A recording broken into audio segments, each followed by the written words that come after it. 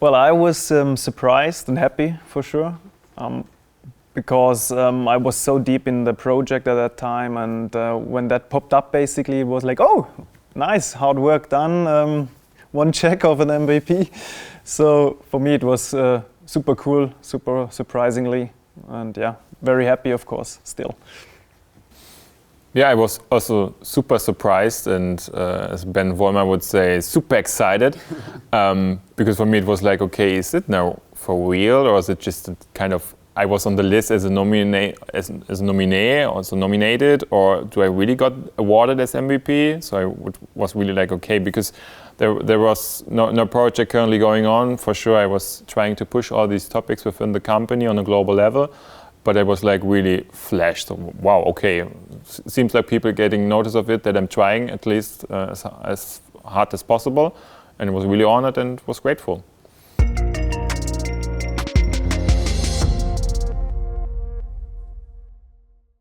People start talking different to you. It's what we just have had in the brainstorming before is when you have, well, it's not necessarily about the title. For sure, you see it basically, but they're gonna talk about topics in a different way, with deeper knowledge. They allow to share more with you, or with an MVP basically. So you are on a different level of discussion, and that's a pretty cool experience for sure, because you get more knowledge and information to deliver at the end a better product, let's say. And for sure in LinkedIn, let's say, you are more visible. That is the second part of it. Yeah, I can only agree with what Jens said, that people taking you maybe here and there more honest, so that when you're talking with them, they realize, okay, being a MVP at Resco and talking about Resco, that's not just an idea of maybe pushing it at one deal. No, I'm talking with an MVP who has the knowledge, who knows the people there. So people are getting more into it seriously. So when I was talking with the different architects on enterprise level within Avanade, of course people were recognizing it and saying, hey, congratulations to your MVP, you deserved it. Let's maybe have a chat. So people where before that there was no connection, like, hey, can we talk about it? But then they saw, okay, that guy was getting honored as an MVP, so he has the knowledge. So whenever I have a topic, I will go to this guy. That's my go-to guy, so to say. Yeah, fully agree. It's like you are the Spock, basically, here in the company, and people will bring the questions and the information to you, and yeah, you can work with it.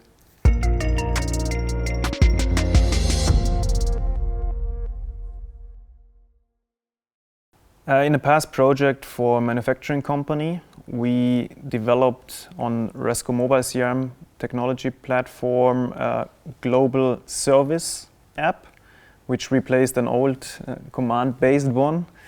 So it really started from scratch, more or less.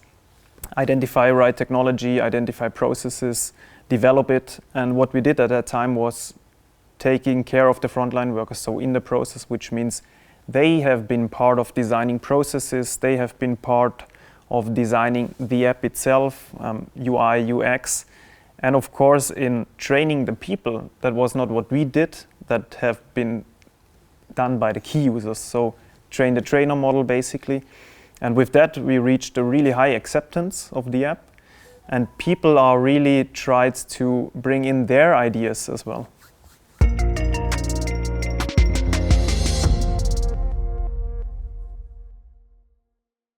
I first thought about asking the question, what is the real benefit of what you are doing to the people?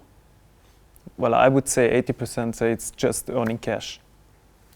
That is what I imagined. So, but the 20% who really do something good, let's say, for everybody, that would be quite interesting for me personally. But it's not like a real business-related thing. And for what I asked was more like, what is your strategy for the environmental growth, which means that you are sustainable, but still, let's say, you earn enough money to have employees and things like that. I mean, the only thing I can imagine of is something like, is the proposed solution, do you think that this is really helping your people out there, your users, your staff, and making them more efficient before we start with the implementation now? Yeah, because I have so many situations where we implement processes where the business units say, yeah, that's great, without even having talked with the real users, like Jens said before, and then, oh, surprise, no one is understanding the process, oh, surprise, this is not solving the problem, oh, surprise, surprise, surprise, surprise. And we start again from scratch.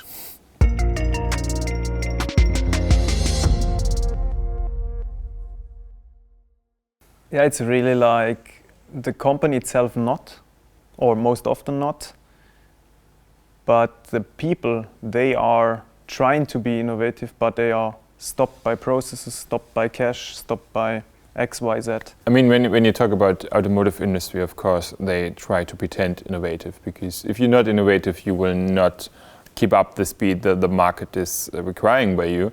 But of course, you do this on a purpose. You try to be innovative, not because you want to be innovative, because you need to reduce costs. You want to make the new big thing. There's always another reason or pillar behind it to be innovative in most of the cases. It's not like, okay, let's start be innovative, because, and I think you cannot be just innovative because of being innovative, because there's always a reason, because why do you want to be innovative? Yeah? Always there's some kind of pillar behind it.